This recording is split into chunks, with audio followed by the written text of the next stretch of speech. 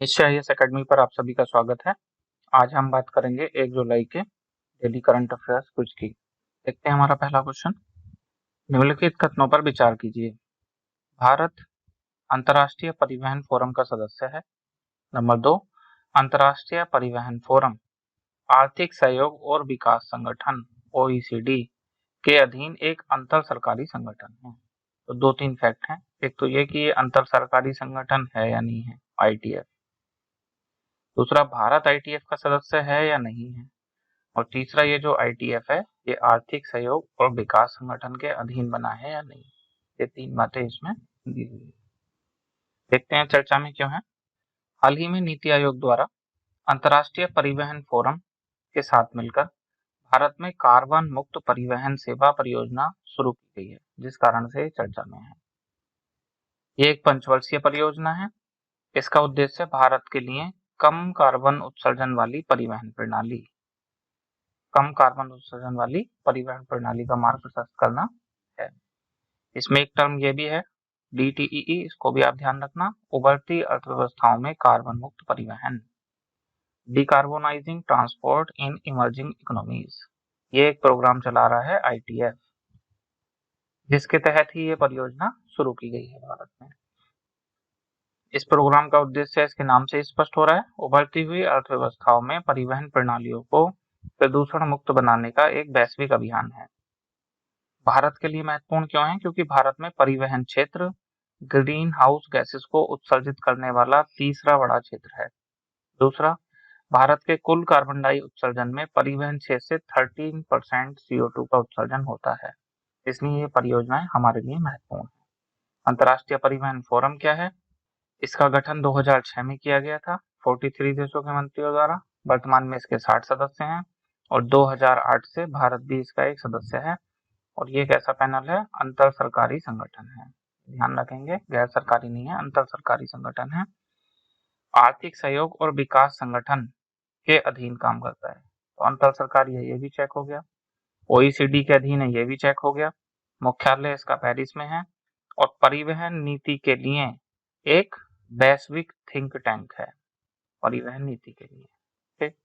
और परिवहन मंत्रियों का वार्षिक सम्मेलन आयोजन करता है। देखते हैं क्या आंसर होगा इसका। भारत अंतर्राष्ट्रीय परिवहन फोरम का सदस्य है, ठीक। लेकिन अगर यहाँ संस्थापक सदस्य लिखने हैं तो गलत हो जाएगा। 2006 में हुई थी स्थापना, तो भारत 2008 में शामिल हुआ है। अंतर्राष्ट्रीय परिवहन फोरम OECD के अधीन आता है, ठीक।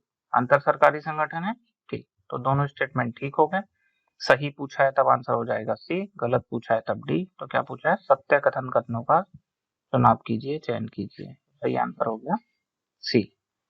भारत ने INDC में जो अपने गोल दिए हैं उनमें भी CO2 के उत्सर्जन को कम करना है, तो जिस वजह से ये महत्वपूर्ण है।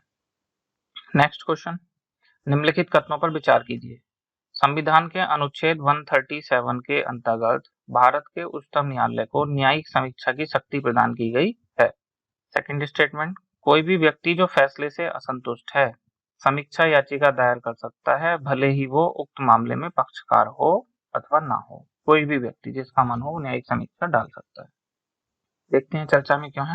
हाल ही में एक समीक्षा याचिका उच्चतम न्यायालय में दायर की गई, जो कि व्यभिचार को गैर अपराध घोषित करने संबंधी 2018 के निर्णय की समीक्षा करने के लिए थी। सुप्रीम कोर्ट ने इसकी समीक्षा करने से इनकार कर दिया, जिस कारण से समीक्षा याचिका चर्चा में है।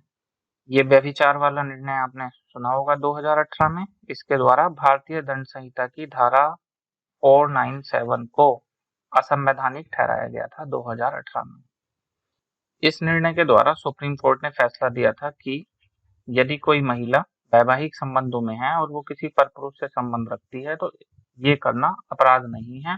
न्यायालय का निर्णय था कि अगर एक दूसरे को धोखा देता है तो वे आपस में अलग हो सकते हैं, लेकिन इसको अपराध की श्रेणी में नहीं रखा जा सकता। न्यायालय का मानना था कि ऐसा करना आर्टिकल 14 का और आर्टिकल 21 का वायलेशन है, जिसलिए इस धारा को समाप्त कर दिया गया था, असंवैधानिक ठहरा दिया गया था। और अभी न्यायपालिका ने इसकी समीक्षा याचिका सुनने से इनकार कर दिया है। तो समीक्षा याचिका चर्चा में देख लेते क्या है। अनुच्छेद 137 के अंतर्गत उच्चतम न्यायालय को न्यायिक समीक्षा की शक्ति प्रदान है कि वे अपने ही निर्णयों की फिर से जांच कर सकता है, चाहे तो उनमें बदलाव कर सकता है। ये उसकी न्यायिक समीक्षा की शक्ति है।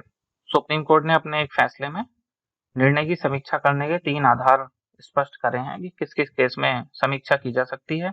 अगर उस केस में कुछ नए और महत्वपूर्ण साक्ष्यों की खोज हो गई हो, अगर दस्तावेज में कोई त्रुटि या अस्पष्टता हो, या उपरोक्त दोनों से संबंधित कोई अन्य आधार हो, तब न्यायिक समीक्षा की जा सकती है। और कोई भी व्यक्ति जो फैसले से असंतुष्ट हो, समीक्षा याचिका दायर कर सकता है। ये जरूरी नहीं है कि वो उस मामले में पक्षकार हो, तभी समीक्षा याचिका दायर कर पाए। देखते हैं तो इसका आंसर क्या हो जाएगा। अनुच्छेद 137 सुप्रीम कोर्ट को न्यायिक समीक्षा की शक्ति प्रदान करता है। ठीक, कोई भी व्यक्ति भले ही वह उस मामले का पक्षकार हो अथवा ना हो, समीक्षा याचिका दायर कर सकता है। ये भी ठीक। सत्य कथन पूछे हैं तो इसका आंसर भी क्या हो जाएगा, सी। नेक्स्ट, निम्नलिखित युग्मों पर विचार कीजिए। ये इस बार के लिए बहुत महत्वपूर्ण प्रश्न हो सकता है इसके लिए। सूक्ष्म उद्योग, इधर उद्योग और उसकी श्रेणी, किस उद्योग को किस श्रेणी में रखा जाएगा। 1 करोड़ रुपए से अधिक का निवेश नहीं होगा और 5 करोड़ रुपए का कारोबार होगा। नंबर 2, लघु उद्यम, 10 करोड़ रुपए तक का निवेश और 50 करोड़ रुपए तक का कारोबार। मध्यम उद्यम, 20 करोड़ रुपए से अधिक निवेश और 100 करोड़ रुपए तक का कारोबार। आपने अगर पिछले साल के प्रश्न देखे हैं तो उसमें देखा ही होगा कि एमएसएमई की डेफिनेशन से प्रश्न आते रहते हैं, और पिछले 2 महीने में सरकार ने 2 बार एमएसएमई की डेफिनेशन में बदलाव करा है, एक बार मई माह में और एक बार जून माह में। तो उसके अनुसार इस क्वेश्चन को बनाया गया है। ये किसी अन्य कारण से भी चर्चा में है, देख लेते हैं क्यों। 2 कारणों से चर्चा में है। एक तो 27 जून को एमएसएमई दिवस मनाया गया था, जिसकी थीम थी कोविड-19, the great lockdown and their impact on micro enterprises, तो जिस वजह से ये चर्चा में है। दूसरा, हाल ही में सूक्ष्म लघु और मध्यम उद्यम मंत्रालय द्वारा 1 जुलाई 2020 से प्रभावी होने वाली एमएसएमई वर्गीकरण और पंजीकरण हेतु समेकित अधिसूचना जारी की गई है।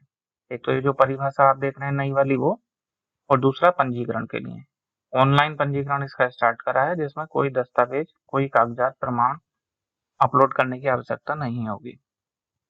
नया वर्गीकरण क्या है उसको देख लेते हैं। सूक्ष्म उद्यम, ठीक है, 1 करोड़ रुपए से अधिक का निवेश नहीं होगा और 5 करोड़ रुपए से ऊपर का कारोबार या टर्नओवर नहीं होगा। लघु उद्यम में 10 करोड़ रुपए तक का निवेश और 50 करोड़ रुपए तक का कारोबार। मध्यम में 50 करोड़ रुपए तक का निवेश और 250 करोड़ रुपए तक का कारोबार। ये जो मई माह में परिभाषा थी उसमें यहाँ 20 करोड़ रुपए था और यहाँ 100 करोड़ रुपए था। जून में उसको बदल के 50 और 250 करोड़ रुपए कर दिया गया। तो ये वाला जो स्टेटमेंट है ये गलत हो जाएगा। मई वाली डेफिनेशन के अनुसार ये सही था। ये ठीक है, ये ठीक है। तो कौन सा से सुमेलित है, 1 और 2, तो इसका आंसर क्या हो जाएगा, बी। नेक्स्ट, संस्कृति मंत्रालय पेड़ लगाने के लिए 28 जून से 12 जुलाई 2020 तक संकल्प पर्व का आयोजन कर रहा है। मंत्रालय द्वारा उन 5 पेड़ों को लगाए जाने को प्राथमिकता दी जा रही है जो हमारे देश की हर्बल विरासत का सटीक प्रतिनिधित्व करते हैं। निम्नलिखित में से कौन सा वृक्ष इनमें शामिल नहीं है। बरगद, पीपल, बेल, आम। तो देख लेते हैं। पहले तो इसमें ध्यान रखना है ये संकल्प पर्व है, पेड़ों को लगाया जा रहा है इसमें, ऐसे पेड़ों को जो हर्बल विरासत का सटीक प्रतिनिधित्व करते हैं। तो ध्यान रखना ये वन, पर्यावरण और जलवायु परिवर्तन मंत्रालय नहीं कर रहा है। कौन कर रहा है, संस्कृति मंत्रालय। एक तो यही बात इसमें याद रखनी है, वन, पर्यावरण और जलवायु परिवर्तन मंत्रालय नहीं है, संस्कृति मंत्रालय। और ये 5 पेड़ कौन से हैं इन्हें भी याद रख सकते हैं, बरगद, आंवला, पीपल, अशोक और बेल। तो इसका आंसर क्या हो जाएगा, डी, आम। आम इसमें नहीं है, बरगद है, पीपल है और बेल है। नेक्स्ट, निम्नलिखित कथनों पर विचार कीजिए। फिशिंग कैट IUCN की रेड लिस्ट में वल्नरेबल रूप में सूचीबद्ध है।